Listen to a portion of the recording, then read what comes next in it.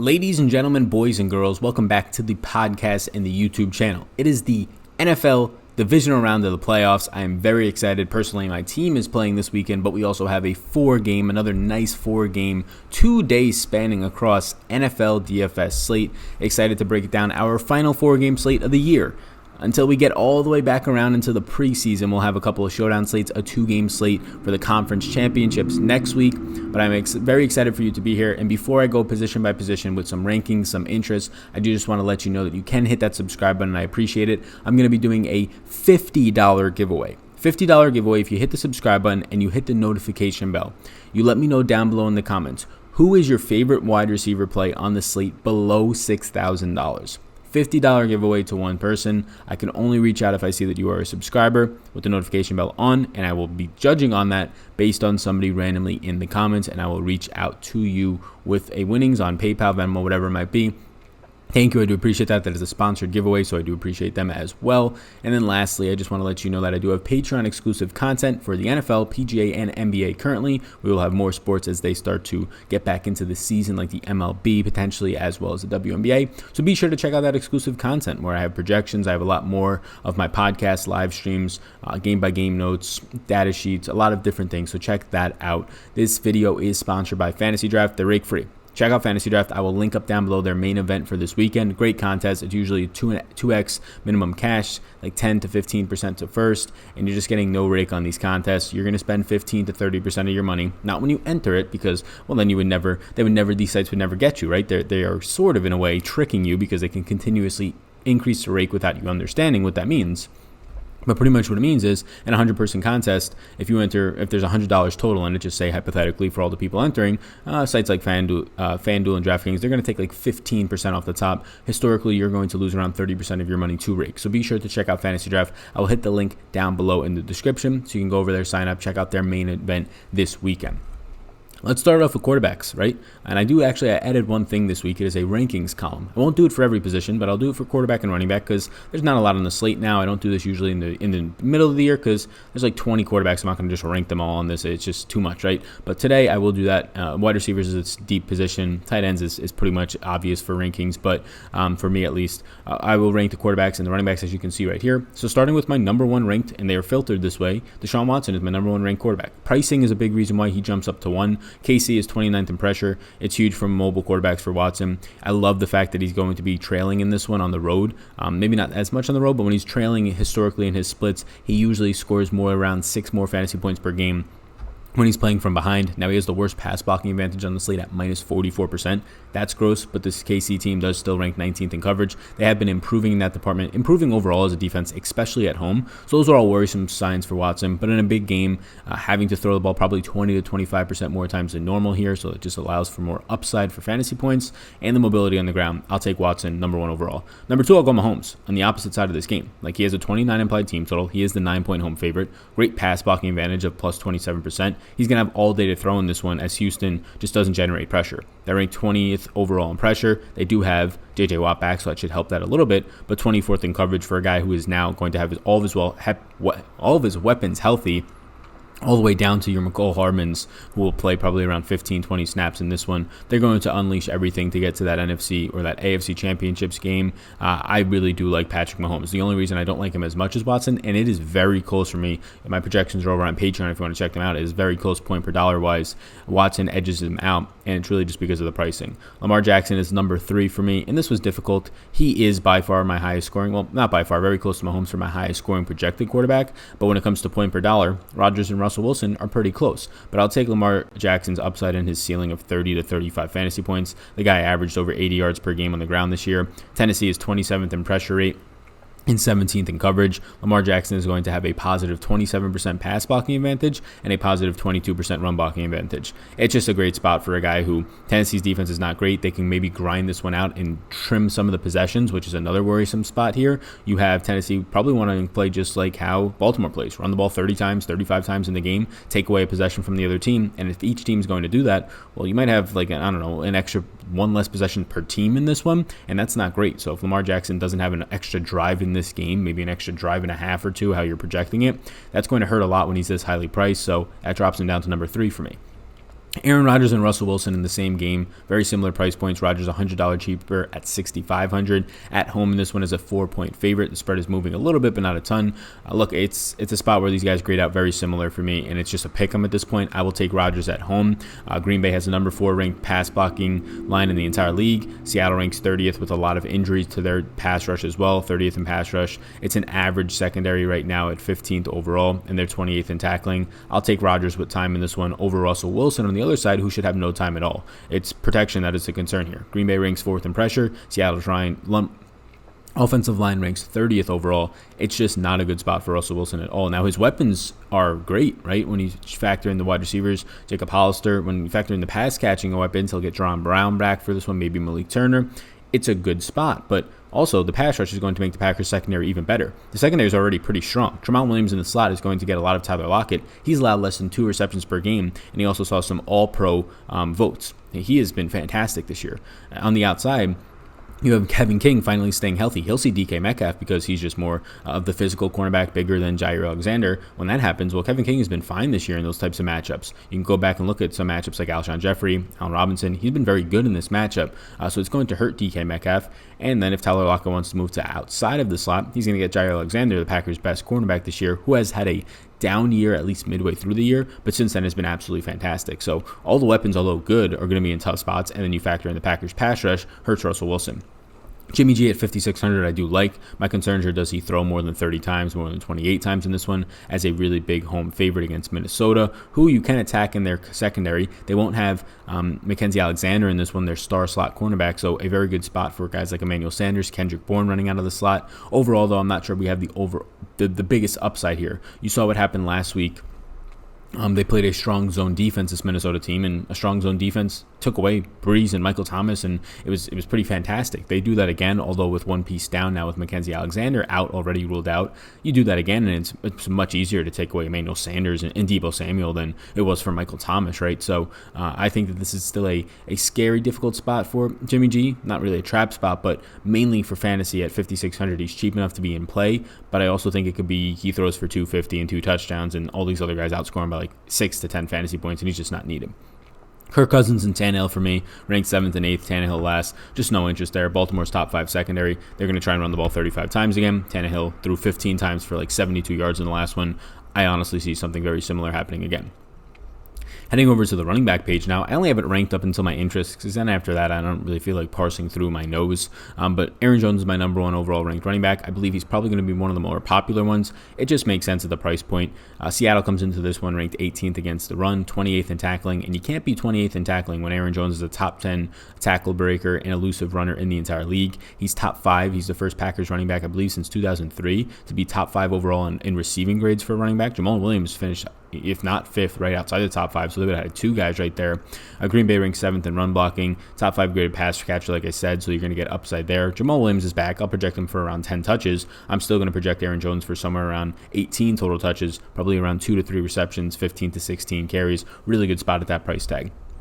Dalvin Cook will be number 2 for me, edging out Derrick Henry. San Fran ranks 11th first to run, much worse than they are. Number 2 overall against the coverage. It's still, in coverage, it's still a good run defense, but not nearly as good as their secondary. You saw Dalvin Cook last week in a game where they were leading. He ended up seeing 5 targets, caught 3 of them for 36 yards. That was very good. Ran a bunch of routes, mid-20s in routes, and they're going to be trailing in this one by a touchdown to 10 points. At least Vegas is predicting that. Well, maybe now you get 6, 7, 8 targets for Dalvin Cook. They were very keen to throwing to him all season long, especially when they got down and trailing. You saw some games where you're seeing 6, 7 targets, 5, 6 catches. It is a slightly negative run blocking advantage at minus 6%, but in this one you're going to get around 24 opportunities, if not 24 touches for the guy at 8,000 on a slate where you don't have that many options. You have these 3 top-end running backs, and then it completely falls off a cliff.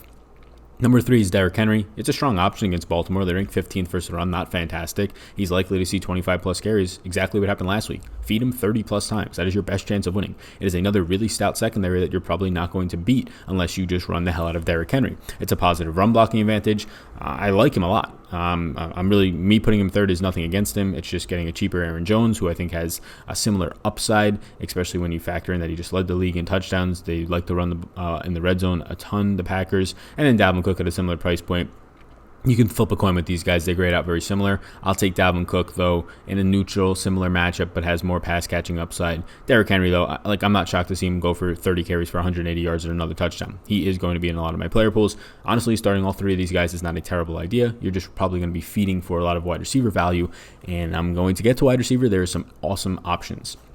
Damian Williams is number 4, came very close to being number 3 for me, but Henry's upside in terms of workload is just too much. He might touch the ball twice as much as Damian Williams in this one, but McCoy's uncertainty. He was an inactive in week 16, a healthy scratch, and then in week 17 he was active, but then he got a snap. So you like to see that for Damian Williams' upside. During those 2 games, Damian Williams touched the ball 35 times, had 3 scores and 256 total yards, a bunch of receptions. I think he had like 13 targets in those games. I'm projecting him in this one for 16 touches, but don't be shocked if it's somewhere around 18 or 20, depending on what they do with LaShawn McCoy. Duke Williams is number 5 for me, or Duke Johnson is number 5 for me. Just 6 touches last week, and usually you'll see around 8 to 10 for on a good week. And this week they're going to be trailing by a decent margin. I think you see a lot more Duke Johnson on the field. I'm going to project him for 12 total touches in this one, which is huge at 4,700, especially if around 4 or 5 of those are receptions. Carlos Hyde is number 6 for me. Don't love him a ton. He probably sees 14 to 16 carries. He's going to get all the red zone work. So you're banking on just a really bad run defense that ranks 29th in KC, slightly improving but still bad. You're banking on his red zone work here in a spot where he's just cheap at 5,000. Number 7 is Jamal Williams. I'm projecting him for around 10 touches in a nice matchup against Seattle. He has the pass-catching upside, and he's cheap. He just edges out some of these other guys, like Mark Ingram, who I just don't want to play at 6,700. Tennessee is top 3 in tackling, top 3 against the run. You get Mark Ingram, he'll probably see 15, 16 touches. Now, if he's going unowned completely, then yeah, get him in some GPP lineups. But for cash, and if you're just playing like 1 to 5 lineups, or even playing a ton and you want to get your exposure set, I really don't like getting to Mark Ingram, and I imagine many people won't at that price tag. Raheem Mostert, I don't know why people are so happy about this guy. Kyle Shanahan 1 week said, he's going to get the majority of the work. He's had 50% of the snaps and touches since then, which is literally like 10 to 11 to 12 touches in a game. It's not that fantastic for $5,800. I'd rather pay for Damian Williams, who I feel pretty secure about getting similar to a little bit more work and has better upside in his offense, in my opinion. So I'm just not going to get there. The rest of these guys, Travis Homer does have a ton of pass-catching upside. 21 routes ran last week, only 1 target, but 27 in week 17, and he had 5 targets. The issue for him is, he has no touchdown upside. So it's kind of a waste in this good matchup against Green Bay. Although they're improving, it is a waste because he has no touchdown upside. I don't want to pay $5,100. And on the opposite side, Marshawn Lynch is so out of shape right now, does not look good. If he has 12 to 14 carries as a road underdog, I don't think he's going to do much with them. He had 2 catches last week, but none of them were on designed routes. It was just kind of on a check down to him that he was just kind of standing around, right? He ran no routes last week, so it's not a good spot. You're banking on 2 touchdowns for him, and I'd rather just not bet on that. Let's get to wide receiver. Once again, please do hit the subscribe button. Check me out on Instagram as well. I really do appreciate that. I post some exclusive content for Instagram followers only about once a week, maybe sometimes more. And it's just free stuff from my Patreon that you can get. So if you just follow me there, you can pop up some random stories of mine, and that'll be on there. And yes, I'm going to be expanding Instagram. I have a little bit since the new year has started, and definitely since the NFL season has started. I'm going to be doing it a little bit more moving forward. Wide receivers. I don't have a ranking by them, but my number 1 wide receiver is Tyreek Hill. Look, he's the number 1 play versus Houston secondary, and Garyon Conley, who ranks bottom 5 and bottom 10 in almost all categories. It's going to be a fantastic spot with a 29 implied team total. You have Houston secondary ranking right now bottom 10 in the entire league. Their pressure rate ranks very similarly as well. Good spot for Tyreek. My number 2 wide receiver option, if I had to pick one, probably Devontae Adams, all the way up at 7,800. He'll avoid Shaq Griffin, who is number 5 in Pro Football Focus's cornerback grades. He will get to get on Trey Flowers, who has allowed 723 yards and 2 touchdowns in the regular season. I'm projecting Devontae Adams for 12 targets this week, which ties my projection for DeAndre Hopkins as the highest on the slate. Hopkins is very nice as well, 12 targets, another nice matchup. Probably sees a lot of Rashad Breeland mixed in with some Tre'Davious Ward and a safety over the top. You should hope to have Will Fuller in this one because it'll be more one-on-one opportunities for Hopkins instead of a ton of double teams the entire game and potentially triple teams. And what that just means is both safeties know where Hopkins is. They're not both shadowing him on that side of the field, but a lot less double teams if Fuller is out there because it's very hard to play one-on-one with Fuller. And if you do, you'll see what happened week 5 or 6 when Fuller went for the 3 touchdown game. You just can't guard him one-on-one for the most part of the game. Deebo Samuel in a great spot. There is no Alexander McKenzie in this one, or Mackenzie Alexander in this one for Minnesota, their slot cornerback. Now, Debo's going to be on the outside, but that's where he's going to favor the best. Second best advantage on the slate against Xavier Rhodes. You have to love it. Will Fuller going to be back in this one, probably sees the opposite of whatever you get on DeAndre Hopkins. I think you'll probably see more Bashaud Breeland on Hopkins and more Tre'Davious Ward on Fuller. He is expected to play, and at $5,000, he's going to see like a 20 to 25% target boost just because of how much they're going to have to throw in this one as 9-point road dogs. Do like Fuller a lot. My final yes is Sammy Watkins. He will have the best matchup in the slot that a slot cornerback can have this year against Vernon Hargreaves, the former Tampa Bay Buck who was cut earlier in the year, and since then their secondary has improved. Hint, hint, Vernon Hargreaves is bad. So $4,300. I don't think it's fantastic. He probably sees 5 or 6 targets. Since moving to the slot literally after week 1 of the season, he has not had the same upside as guys on the outside like Robinson, like Hill, like McCole Hardman. Because you're working out of the slot, it's hard to get those bigger plays, but at $4,300 in this matchup, it's hard to ignore with that team total. Now, some of my maybes, Emmanuel Sanders, he'll be in the slot for some of the game. Kendrick Bourne will be in there for some of it as well, maybe even more. But nice matchups against Mike Hughes when he goes in the slot. Noah Alexander, a backup slot cornerback. It's an okay spot. I do prefer his teammate, who is cheaper with more upside, in my opinion, in Deebo Samuel. DK Metcalf, price is coming up now, so I kind of avoid it. Like, I'd rather just get up to Hill and Hopkins and Adams. And if you're in this price range, just go down and then be able to get up at running back or tight end. So I might not get to his DK as I did last week. He'll get Kevin King. It's a neutral matchup. His red zone role keeps him in play for me. He's just so physically dominating. The kid is getting better every single week. Adam Thielen is the Minnesota receiver I'd get to. I think he avoids the most of, and they probably do this out of scheming. You saw it last week as well. They put Thielen on the better cornerback matchup. So I think you get Diggs a lot more on Sherman, which isn't great. Thielen will also move into the slot a lot more than Diggs and have a better matchup. Tougher matchup against Ramon Williams, but a better matchup than the outside cornerbacks and the safeties of San Francisco. A.J. Brown against Baltimore will get Jimmy Smith. Jimmy Smith has about 20 pounds on the next closest cornerback in Marlon Humphrey and Marcus Peters for Baltimore, and you still have A.J. Brown with 20 pounds on Jimmy Smith. When he goes up against potentially Peters in this one, he'll have almost 40 pounds on him. It is a dominating matchup. The problem is the secondary is so good.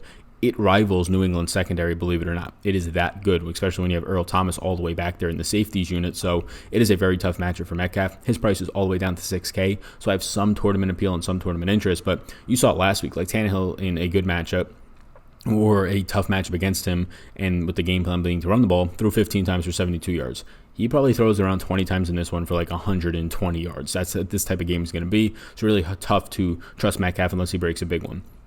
Allen Lazard, if he becomes popular, keep an eye on this at 4,500. I don't want it. He's had 17 targets in the last 2 games, but Rodgers has thrown 95 times in those 2 games, 55 and 40. Like, you're not going to get that. That just doesn't happen. That's pretty much Rodgers' pass attempts on average in 3 games this year.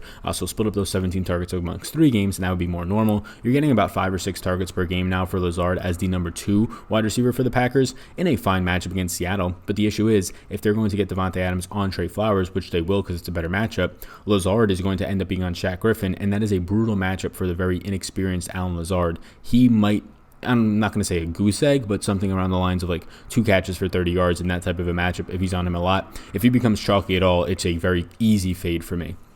And then Kendrick Bourne's the only other wide receiver I have interest in. He'll run 15 or 20 routes out of the slot against a backup slot cornerback. He's only 3,700. It's really just a pricing play. And no, right now I don't have as much interest in Lockett. It's just me taking a stance somewhere. Lockett and Diggs. Diggs in a really tough matchup. Sees a lot of Sherman here. Early in the week, I had more interest in Hollywood Brown. But at 4,400, in his last 5 games, 11 catches, 65 yards, and a touchdown. Brutal. I think there's some sort of injury going on there. Kenny Stills prices up to 4,800. And with Fuller coming back, he's just way too expensive for a slot wide receiver role on this type of a slate. I'm not going to get there. Finishing up with tight ends now. I don't have rankings in here, but they're all very much grouped together. I have 4 yeses. I have 1 maybe. The 4 yeses are guys that I want to get to. Depending on my lineups is where I'll get to them. Kelsey and Kittle at the top are 1A and 1B. If I had to prioritize it, I'd probably put Kittle there. I think he's the number 1 tight end in the entire league. Best complete tight end without a doubt when you factor in blocking. I'm projecting him for 8 targets. I'm projecting Kelsey for somewhere around 8 as well. Both of these guys are fine. Kittle's $200 cheaper. Probably has the better matchup in the middle of the field. Kelsey has a better matchup in the middle of the field is what I was going to say. Kittle's going to get Anthony Harris, who's one of the better safeties, led the league in interceptions, was fantastic last week as well. I think he got a pick last week. Kittle is where I will preferably go just because he's more factored into his offense, doesn't have a Tyreek Hill around him, especially when you get into the red zone. So they're both great. Like, when I'm talking about these guys, out of 100% sample pool, I'm probably going to have somewhere around like 30% to 40% of Kittle, 30% to 40% of Kelsey. Like these guys are 1A, 1B for me. Mark Andrews and Hollister are my next best options, and they will factor out most of my exposure. Andrews is the number one matchup on the weekend, according to Pro Football Focus, and a decent discount against this 25th ranked secondary, well, 27th ranked secondary now. And Jacob Hollister at $4,000, don't sleep on this. He's running a ton of routes since Josh Gordon has been out. Didn't do much last week, but just didn't have to. Like they got into a situation where they were just run blocking a lot because they had a lead and they knew Josh McCown was in, and it was pretty much that was it, right? Eagles defense played well. And Jacob Hollister was on the line a lot. But the Packers have struggled against any type of tight end that they've played this year. Any type of tight end, whether you're old, whether you're young and elite, whether you're brand new to the league like Keenan Smith and you're not doing much. This is a really good spot for Jacob Hollister at $4,000. Do not sleep on him. The only other interest I have would be like maybe Kyle Rudolph, a decent matchup in the middle of the field, try and get more targets his way. He had 5 or 6 last week, caught the game-winning touchdown at the end. He had 4 targets in regulation, which isn't great, but he will get some red zone work. And again, like tough matchups on the outside for the receivers. Middle of the field has no Alexander now. Maybe you see a little bit more targets his way, but just find the extra 600 and get to Jacob Hollister. So that's where I'm at. Those are my position-by-position breakdowns. I do appreciate you tuning in. You can check out my Patreon exclusive content as well. Check out the main event contest over on Fantasy Draft. It is linked up down below in the description. Patreon exclusive content down below, as well as hitting that little eye above my head somewhere, the white one. You can check out what's over there. And be sure to enter the contest for $50. $50. Who is your favorite wide receiver below 6K? Must be a subscriber. Hit the subscribe button on the audio version as well. Must be a subscriber on YouTube with the notification bell turned on to get entered into that contest. I'll pick a winner next Monday. So, thank you so much for tuning in. You all rock. Subscribe button before you go. Enter that contest. Do all those things. Follow me on my social medias. Peace out, gang. Have a great rest of your day. See ya. Thanks for tuning in, and I hope you enjoyed that video. Above my head, if you're not already subscribed to this channel, I do ask you if you can please hit that subscribe button. Helps me out a good amount to reach more people. You can also follow me on Twitter. That's over there. Right in the corner is my @SalVetriDFS Twitter. And then above, you'll find my Patreon link. You can click on that if you want more exclusive content for me. Or a video is going to pop up, so why don't you check that one out as well. I think it's going to be beneficial for you. Thank you so much again for tuning in, and I hope you have a fantastic rest of your day.